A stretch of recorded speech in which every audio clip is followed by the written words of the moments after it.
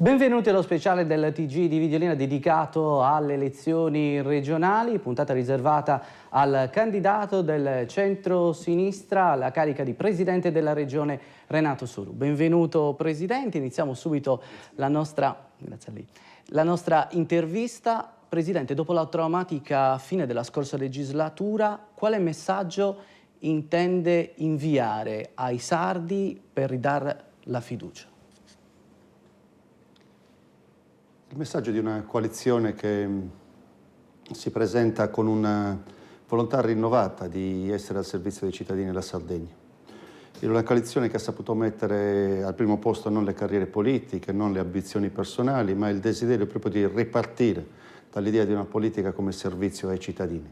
Si presenta con un rinnovamento evidente e si presenta con la volontà di proseguire questo processo di cambiamento che è avviato in Sardegna e proseguirlo con ancora più forza, se possibile, e con più decisione. Qual è la sua Sardegna, Presidente, la sua Sardegna ideale? Una Sardegna dove sia facile vivere, come è facile vivere, una Sardegna bella, con un ambiente tutelato, una Sardegna consapevole del valore della sua identità, della sua cultura. Una Sardegna che sappia valorizzare appieno i giovani, una Sardegna dove tutti quelli che cercano un lavoro lo possano finalmente trovare. Presidente Soru, la Sardegna, l'Italia, il mondo stanno attraversando una crisi senza precedenti. Quali i primi provvedimenti per fronteggiare l'emergenza? È vero, il mondo, non la Sardegna, il mondo, l'Italia, sta affrontando probabilmente la più grave crisi economica degli ultimi 80 anni. Negli Stati Uniti recentemente si sono persi 2,5 milioni di posti di lavoro. Merkel e Sarkozy si incontrano ieri, oggi, si incontrano per decidere che cosa fare con un piano anticrisi che sappia dare una risposta a questa emergenza.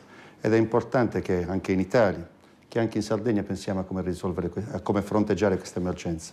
La Sardegna in questi anni ha risanato bilanci, ha fatto un forte lavoro di responsabilità, semplificando, liberando quindi risorse che possono essere utilizzate per finanziare i servizi e le politiche di sviluppo. Nello stesso tempo abbiamo fatto un'importante battaglia sulle entrate. Abbiamo guadagnato già oggi, rispetto al 2004, 1,2 miliardi di euro di entrate ogni anno in più. Con queste risorse abbiamo la possibilità di dare le risposte innanzitutto alle politiche di solidarietà, di sostegno al precariato, di sostegno alle famiglie in maggior difficoltà e abbiamo le risorse per finanziare le grandi attività infrastrutturali che ancora devono essere completate, che costituiscono un presupposto per ulteriori politiche di sviluppo e danno anche una risposta di lavoro immediata ai cittadini che ancora lo cercano.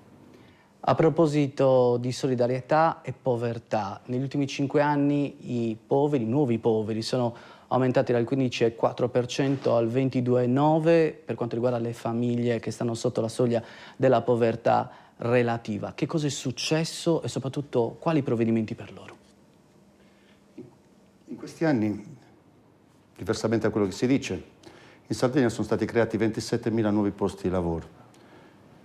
E il numero delle persone che in questo momento cercano un lavoro in Sardegna sono 75.000, è il dato più basso della storia della Sardegna, così come è il dato più alto il numero degli occupati della storia della Sardegna. Ancora tanta gente cerca un lavoro, ma 5 anni fa la disoccupazione sfiorava il 16% e oggi è poco più del 10%. In Sardegna sono nati 27.000 nuovi posti di lavoro che rappresentano il 40% circa di tutti i nuovi posti di lavoro che sono nati nel Mezzogiorno in questi ultimi 5 anni. La Sardegna rappresenta l'8% del Mezzogiorno, ma ha saputo creare circa il 40% di tutti i nuovi posti di lavoro. Poi il lavoro di oggi è un lavoro più precario purtroppo rispetto al passato, un lavoro più precario, anche meno pagato. Ecco perché crescono le difficoltà nelle famiglie italiane come nelle famiglie sarde. In Sardegna poi abbiamo un dato strutturale importantissimo, che è la tendenza all'invecchiamento delle persone, il saldo negativo delle nascite, il fatto che pochi bambini stanno nascendo e la popolazione invecchia. Più che nel passato abbiamo anche una popolazione di persone che hanno come reddito unico la loro pensione e le pensioni si sono impoverite in questi anni. I pensionati si sono impoveriti. E questo è un richiamo forte alla politica nazionale che dovrebbe pensare ad aumentare le pensioni e a fronteggiare la povertà non con una schedina da 40 euro che poi vai alla cassa e non funziona, ma sollevando il livello delle pensioni minime.